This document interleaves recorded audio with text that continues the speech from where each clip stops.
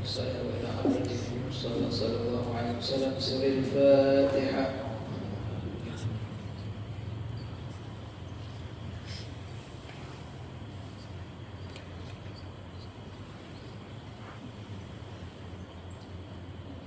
Assalamualaikum warahmatullahi wabarakatuh.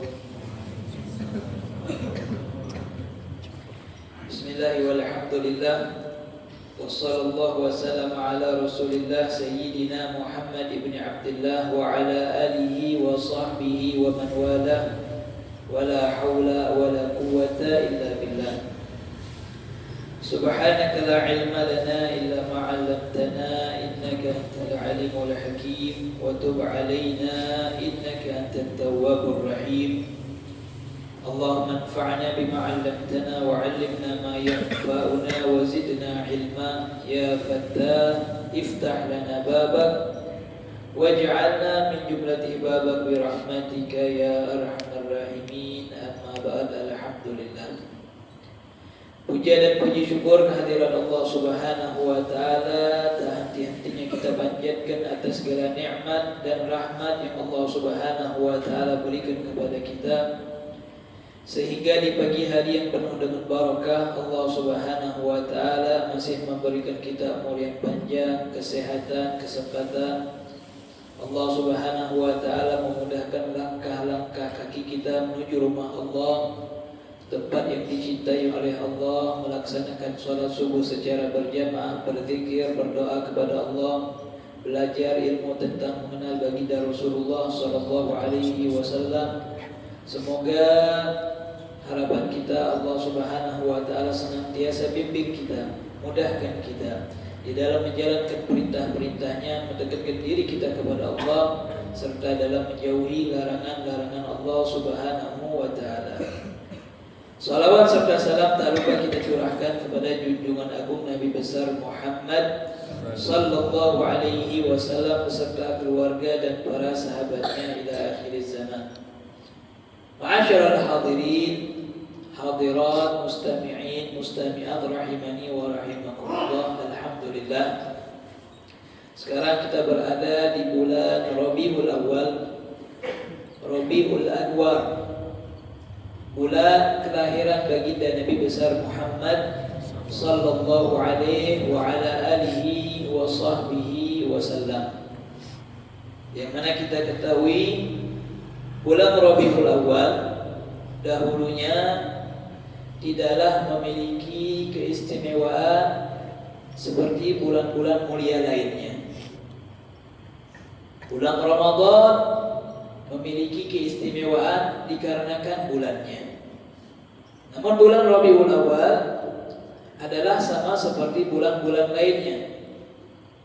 Lalu ketika dilahirkan di situ baginda Nabi besar Muhammad sallallahu alaihi wa ala alihi wa sahbihi wasallam, maka bulan Rabiul Awal memiliki keutamaan, keistimewaan beda daripada bulan-bulan yang lainnya. Kalau seandainya Nabi besar Muhammad sallallahu alaihi wasallam dilahirkan di bulan yang mulia atau di hari yang mulia, misalnya di bulan Ramadan, maka orang-orang akan mengatakan Nabi Muhammad mulia karena lahir di bulan yang mulia.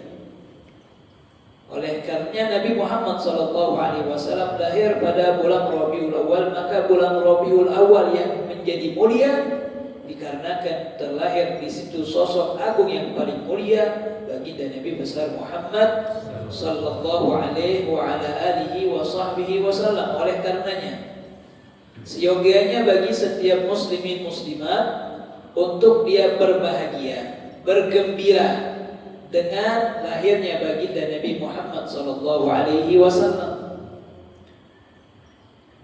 Di dalam mencintai Nabi Muhammad sallallahu alaihi wasallam adalah kewajiban bagi setiap mukminin, mukminat, muslimin, muslimat.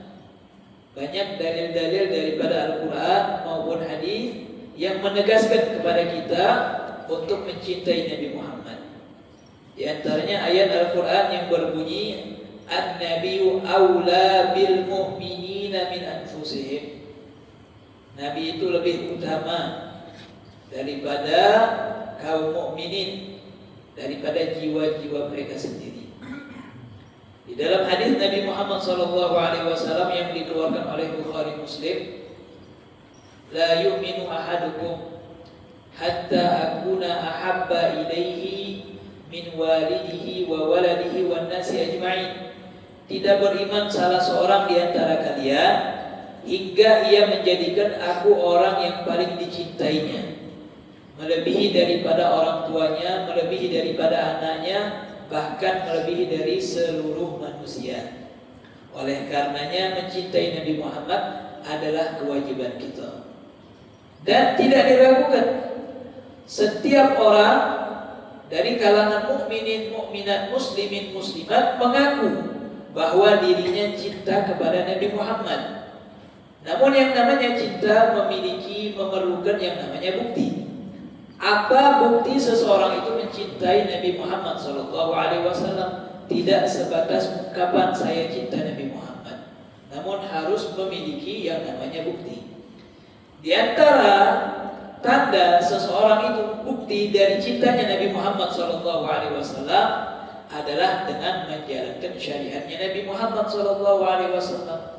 Ketika ada orang mengaku dirinya cinta kepada Nabi Muhammad, namun dia tidak menjalankan syariatnya Nabi Muhammad, dia meninggalkan sholat, dia meninggalkan puasa, dia meninggalkan zakat, haji, padahal dia mampu, maka sudah dipastikan kecintaannya adalah kecintaan yang penuh dengan kedustaan.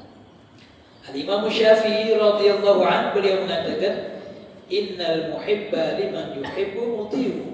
Sesungguhnya orang yang cinta akan mentaati daripada orang yang dicintainya.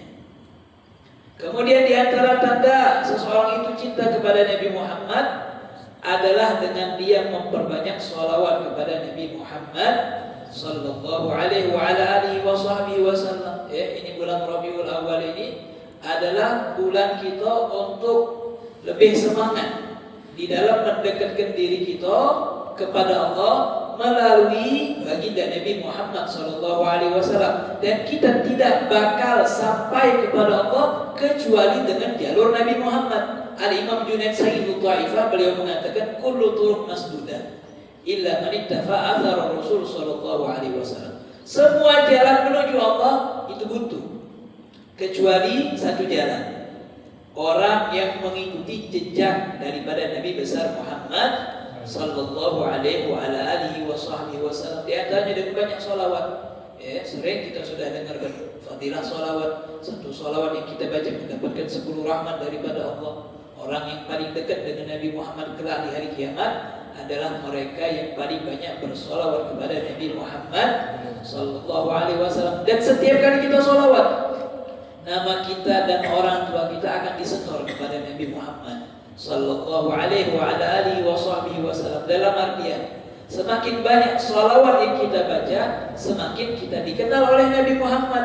Kalau kita tidak pernah salawat kepada Nabi Muhammad, bagaimana Nabi Muhammad SAW akan mengenal kita? Lalu di antara lain adalah juga dengan mengikuti sunnah-sunnah Nabi Muhammad SAW. Di dalam firman Allah Subhanahu wa taala menyatakan, qul in kuntum tuhibbunallaha fattabi'uni yuhibbukumullah wa yaghfir lakum dzunubakum wallahu ghafurur rahim.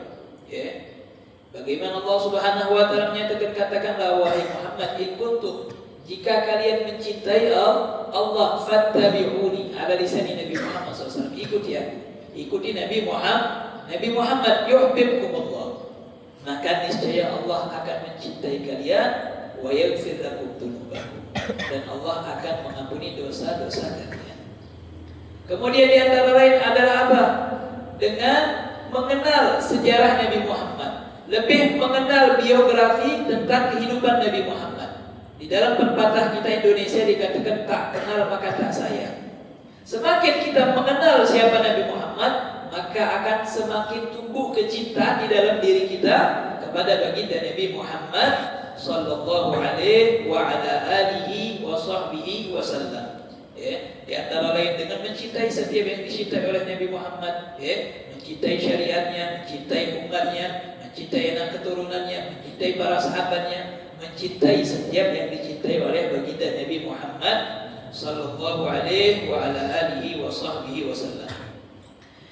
Ma'asyiral hadirin hadirat mustami'in mustami'at rahimani wa rahimakumullah, melanjutkan pelajaran kita di dalam syarah hadis Jibril.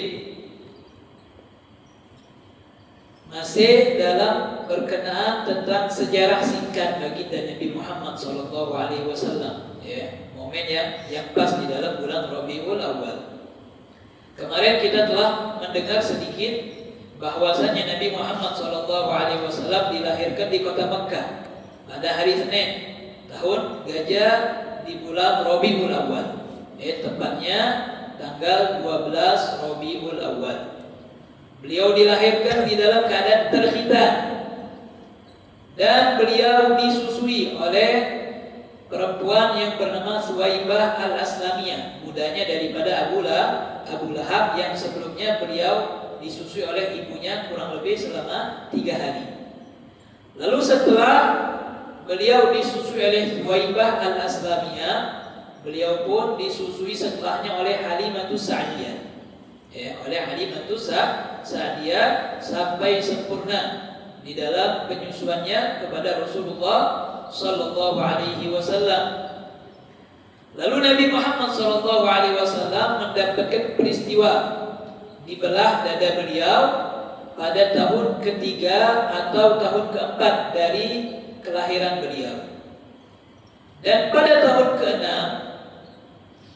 wafatlah ibunya yang tercinta, Sayyidah Aminah Zuhriyah. Pada umur Nabi 6 tahun ibunya wafat. Ayah beliau wafat ketika Nabi berada masih di dalam kandungan. Jadi Nabi Muhammad ini sudah dari kecilnya yatim piatu. Dari kecilnya sudah yatim piatu. Fakafalahu jadduhu Abdul Muttalib. Maka ketika ibunya meninggal, diasuhlah beliau oleh kakek beliau yang bernama Abdul Muttalib. Kurang lebih diasuh oleh kakeknya selama 2 tahun.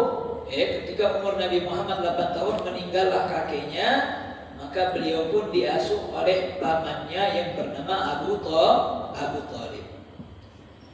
Wa tahharu Allah azza wa jalla min kulli aibin wa min danasil jahiliyah. Allah Subhanahu wa taala telah menjaga Nabi Muhammad. Allah telah mensucikan Nabi Muhammad sallallahu alaihi wasallam dari segala aib, dari segala kekurangan, dari kelakuan-kelakuan orang jahiliyah tidak dilakukan oleh Nabi Muhammad. Nabi Muhammad tidak pernah bersujud kepada berhala. Nabi Muhammad tidak pernah menyentuh daripada minuman-minuman yang diharamkan sama Allah. Dijaga oleh Allah Subhanahu wa ta'ala. Wa manahu kulla khuluqin jamilin wa syamil mardiyah hatta urifa fi qaumihi bil amin. Dan Allah Subhanahu wa taala memberikan setiap akhlak yang mulia, budi pekerti yang mulia kepada baginda Nabi Muhammad sallallahu alaihi wasallam.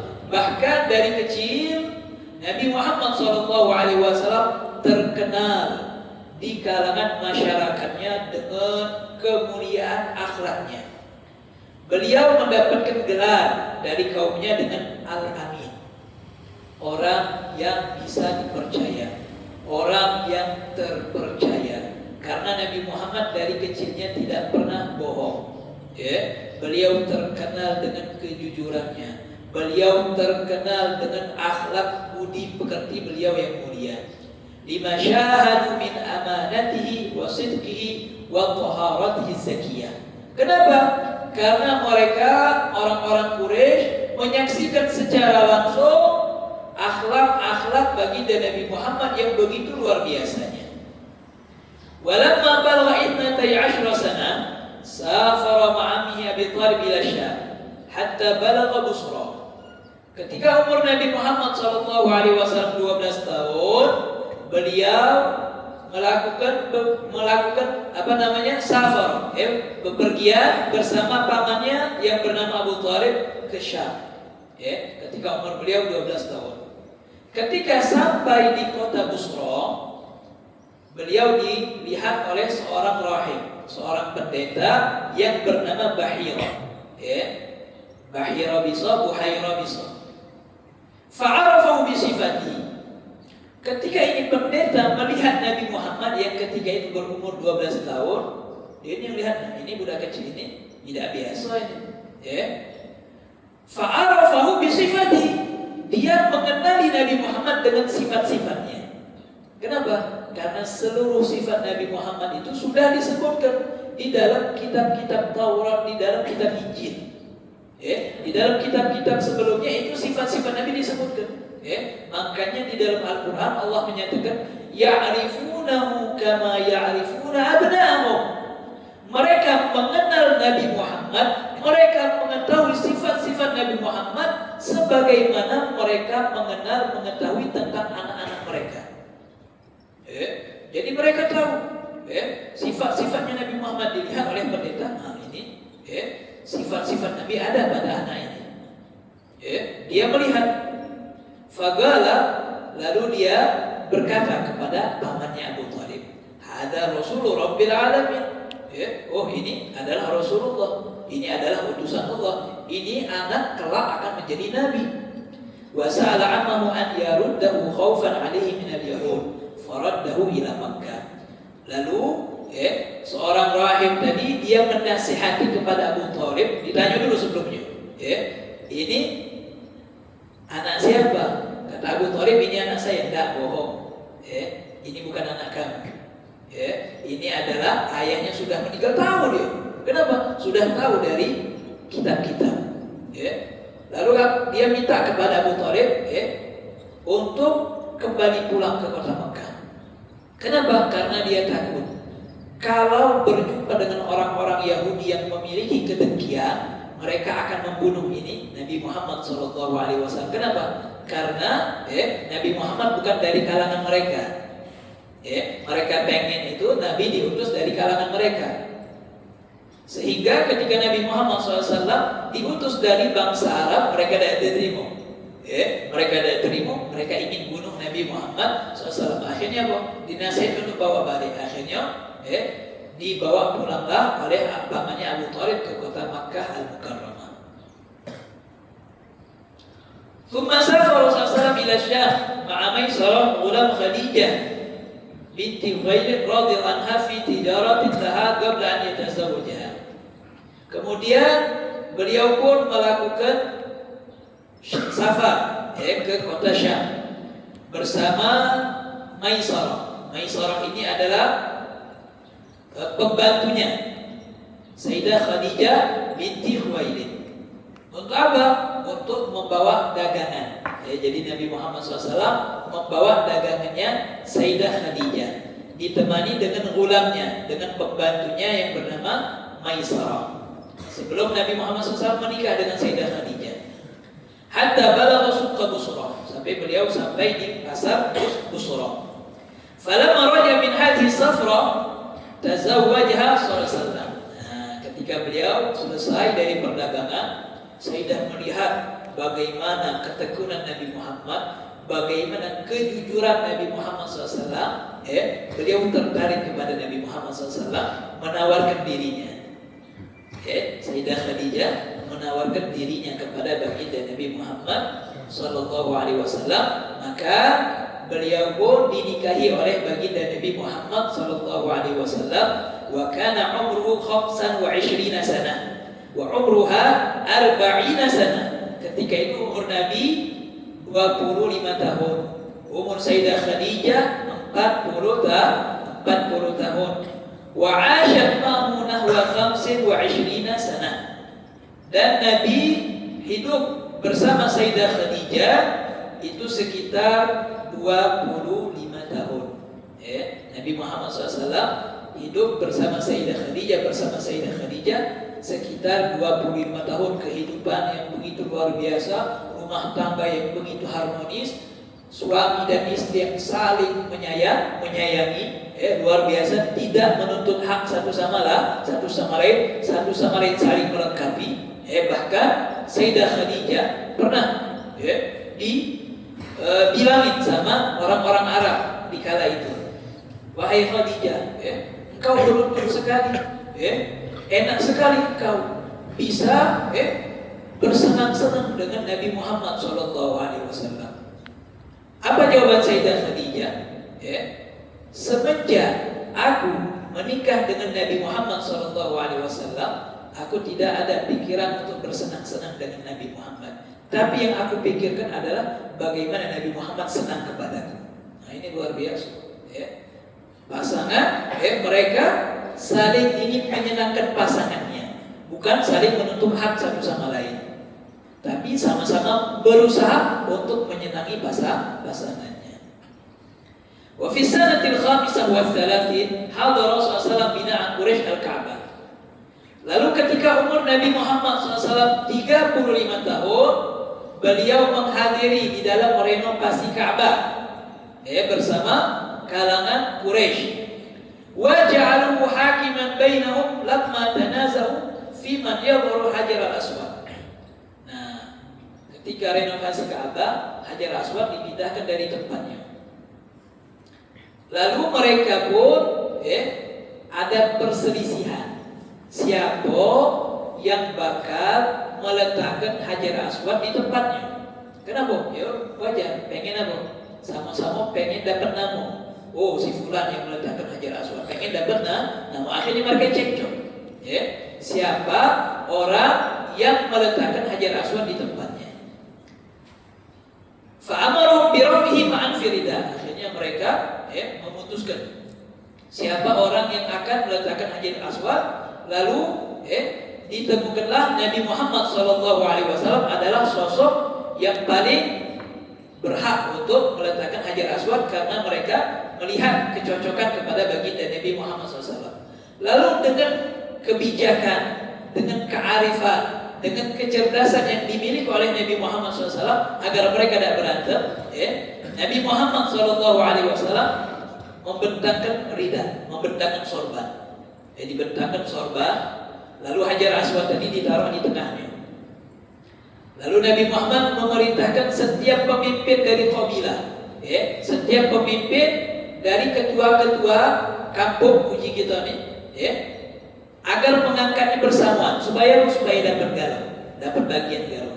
Jadi akhirnya dengan kebijakan Nabi Muhammad menghilangkan perselisihan mereka, akhirnya dapat galau. Yang ini pengen, yang ini pengen, yang ini pengen. Sudah kata Nabi, bentangkan rida, Hajar Aswad ditaruh di tengah. Setiap pemimpin angkat galau. Jadi dapat galau. Tsumma wala Rasulullah biyadi syarifah fi mawdihi. Setelah angkat galau, dekat sudah dengan tempat Hajar Aswad, dibelah Hajar Aswad itu diletakkan oleh baginda Nabi Muhammad sallallahu alaihi wa ala alihi wa sahbihi wa sallam. Walamma balagha alaihi salatu wasallam 40 sanah atahu Jibril alaihi salam bir risalah. Ketika umur Nabi Muhammad 40 tahun, maka beliau pun didatangi oleh malaikat Jibril. Tatkala beliau yata'abbad bi ghairi Hira, beliau beribadah di gua Hira. Wa kana katsiran ma yati ilaihi fi surah Dihyah bin Khalifah al-Kalbi. Ini malaikat Jibril ketika mendatangi Nabi Muhammad, beliau sering dalam bentuk sahabat yang bernama Dihyah al-Kalbi, Dihyah bin Khalifah al-Kalbi. Ini Dihyah ini termasuk daripada sahabat yang tampan. Jadi sering itu malaikat Jibril kalau beliau menjumpai Nabi dalam bentuk sahabat yang bernama Dihyah. Walam yarahu ala suratil asliyah illa maratin. Disebutkan Nabi Muhammad tidak melihat bentuk asli malaikat Jibril kecuali 2 kali. Kecuali dua kali. Kama sahha dzalika fi sahihain. Nah, yaum al-itsnain li 17 khalat min Ramadan bi ghairi Hira alladhi kana yata'abbad fi. Jadi Nabi Muhammad ketika umur 40 tahun didatangi oleh malaikat Jibril membawa risalah untuk diangkat Nabi Muhammad menjadi rasul. Tepatnya hari Senin tanggal 17 Ramadan. Hari Senin tanggal 17 Ramadan di Gua Hira yang beliau beribadah di dalamnya. Wa awal Qur'an nazal alaihi qawluhu ta'ala iqra bismi rabbikal ladzi khalaq ila qawli ma lam ya'lam. Dan ayat Quran yang pertama kali diturunkan oleh Allah kepada Nabi Muhammad adalah Iqra. Iqra bismi rabbikal ladzi khalaq sampai firman Allah ma lam ya'lam. Walamma ataka sallallahu alaihi wasallam 51 sana wa 9 ashhur usriya bihi min al-masjidil haram ila al-masjidil aqsa bi baitil maqdis. Ketika umur Nabi Muhammad SAW 51 tahun 9 bulan. Umur Nabi berapa? 51 tahun 9 bulan. Beliau mendapatkan keistimewaan dari Allah untuk melaksanakan Isra wal Mi'raj. Jadi Nabi Muhammad Isra pada umur 51 tahun 9 bulan. Yang sebelumnya itu tahun dikenal dengan Amul Huzun, tahun yang penuh dengan kesedihan. Kenapa? Karena di tahun itu Nabi Muhammad kehilangan dua sosok yang paling berharga bagi beliau. Siapa? Pamannya Abu Thalib yang senantiasa membela beliau dan istri tercintanya Sayyidah Khadijah Al-Kubra. Wafat di tahun itu, maka tahun itu pun disebut dengan Amul Huzun, tahun kesedihan. Lalu ketika itu beliau ingin bepergian,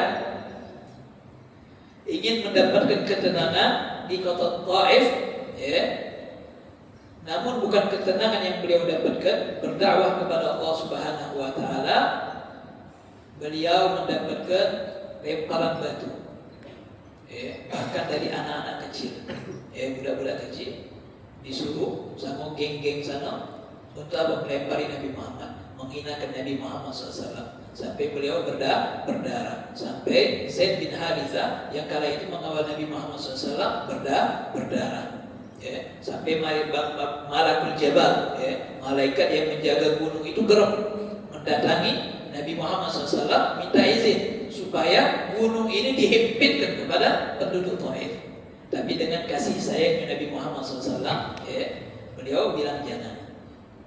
Bahkan didoakan sama Nabi Muhammad SAW.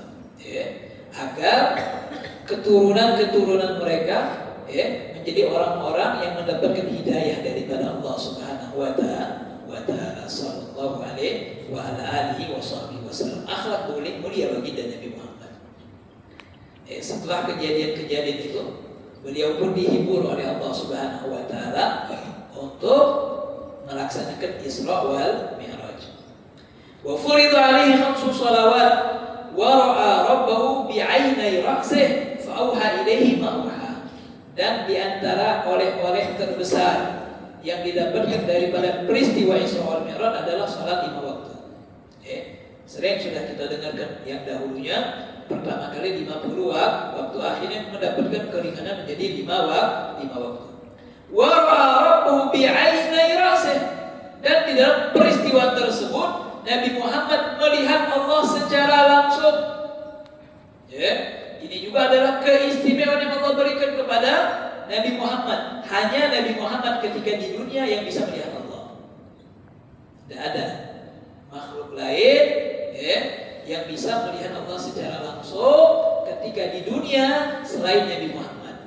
Bahkan bagaimana Nabi Musa alaihissalam ketika di dunia, beliau ingin melihat Allah Subhanahu wa taala. Rabbi arini anzur ilaik, ya Allah izinkan aku bisa melihat. Qala lan tarani. Kau tidak baca jiwa aku. Kau tidak bakal bisa melihat aku. Akhirnya apa? Allah Subhanahu wa taala berikan tawaran. Nanti aku akan memberikan sedikit daripada cahayaku di gunung ini. Kalau gunung ini kuat, kau akan bisa melihat. Ketika Allah baru memberikan sedikit, baik itu gunung Allah sudah hancur lebur. Sampai Nabi Musa alaihissalam pingsan. Akhirnya Nabi Musa tobat, sudah tidak galak lagi. Artinya tidak ada yang bisa melihat Allah ketika masih di dunia kecuali Nabi Muhammad SAW. Adapun di surga, akan diberikan keistimewaan bagi orang yang mendapatkan keistimewaan dapat melihat Allah Subhanahu wa taala. Wujuhu yawma idzin nadhirah ila rabbiha nadhirah. Lilladzina ahsanul husna wa ziyadah.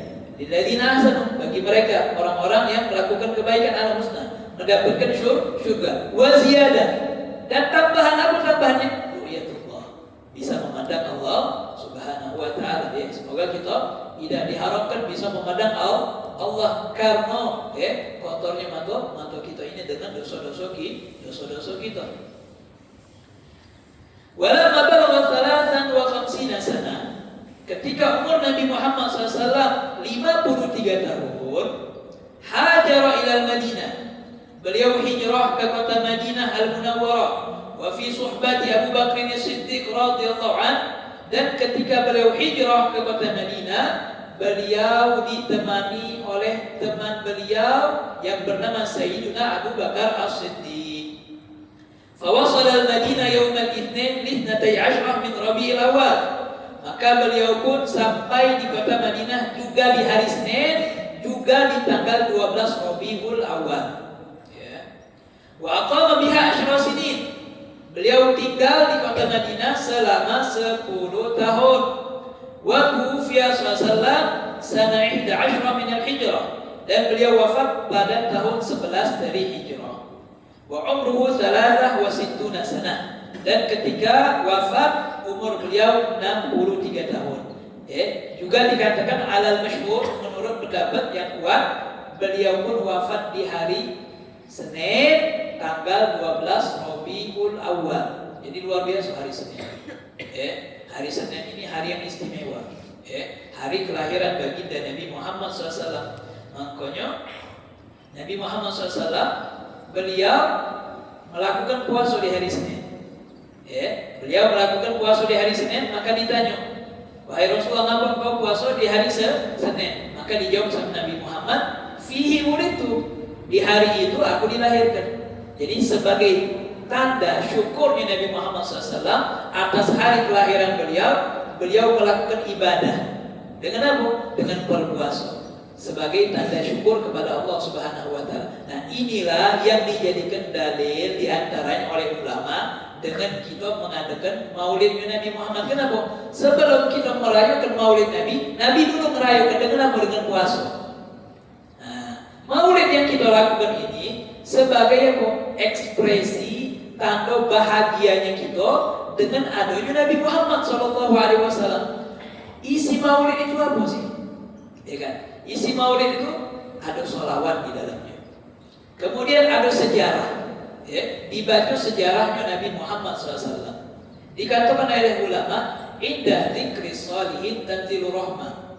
Ketika kita menyebutkan tentang orang soleh, akan turun rahmat daripada Allah. Nambah lagi kalau yang diceritakan, yang kita sebutkan ini pemimpinnya orang soleh, bahkan pemimpinnya para nabi wal mursalin. Nabi Muhammad SAW tidak diragukan rahmat yang akan turun daripada Allah Subhanahu wa taala. Kemudian di situ ada qiraatul Quran, kemudian habisnya ada mau'izah, ada ceramah, talabul ilm, ada ilmu yang akan disampaikan. Jadi marilah kita menjadikan momen bulan-bulan yang mulia, di antaranya bulan Rabiul Awal, sebagai momen untuk lebih kita mendekatkan diri kepada Allah Subhanahu wa taala, untuk lebih mengenal Nabi Muhammad SAW, lebih mendekatkan diri kita kepada Nabi Muhammad SAW dengan lebih mengenal sejarah Nabi Muhammad, memperbanyak sholawat kepada Nabi Muhammad, dan juga berusaha semaksimal kita di dalam menjalankan sunnah baginda Nabi besar Muhammad SAW, agar kita menjadi orang-orang yang benar-benar cinta kepada Nabi Muhammad SAW dan mendapatkan cinta dari baginda Nabi Muhammad SAW, dan sebagai umat yang dibanggakan oleh baginda Nabi besar Muhammad sallallahu alaihi wa ala alihi wa sahbihi wasallam. Semoga Allah Subhanahu wa taala dengan berkah baginda Nabi Muhammad SAW mengampuni dosa-dosa kita, dosa orang tua kita, dosa orang-orang yang telah mendahului kita, yang sakit di antara kita, keluarga kita, diangkat penyakit, disembuhkan oleh Allah Subhanahu wa taala. Hajat-hajat kita disampaikan oleh Allah, urusan-urusan kita dimudahkan, dilancarkan oleh Allah Subhanahu wa taala, diwafatkan dalam keadaan husnul khatimah, setelah mendapatkan umur yang panjang dalam keadaan sehat afiat fi taatillah wa fi taatir Rasul sallallahu alaihi wasallam. Amin. Allahumma amin. Hakadha minni wa afu minkum. Assalamualaikum warahmatullahi taala wabarakatuh. Bismillahirrahmanirrahim.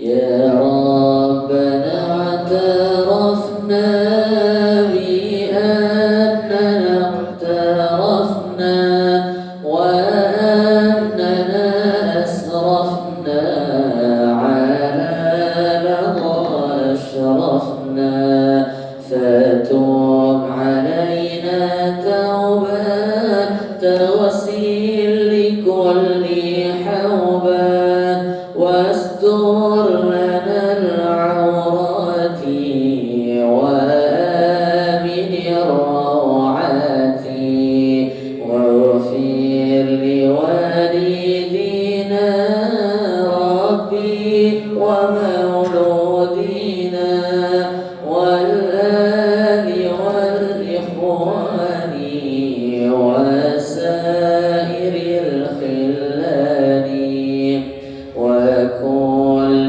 ذي محبة أو جيرة أو صحبة والمسلمين أجمع آمين ربي اسمع فضلا وجودا منا لا باكتساب منا بالمصطفى الرسول نحظى بكل سؤل بالمصطفى الرسول نحظى بكل سؤل بالمصطفى الرسول نحظى بكل سؤل صلى وسلم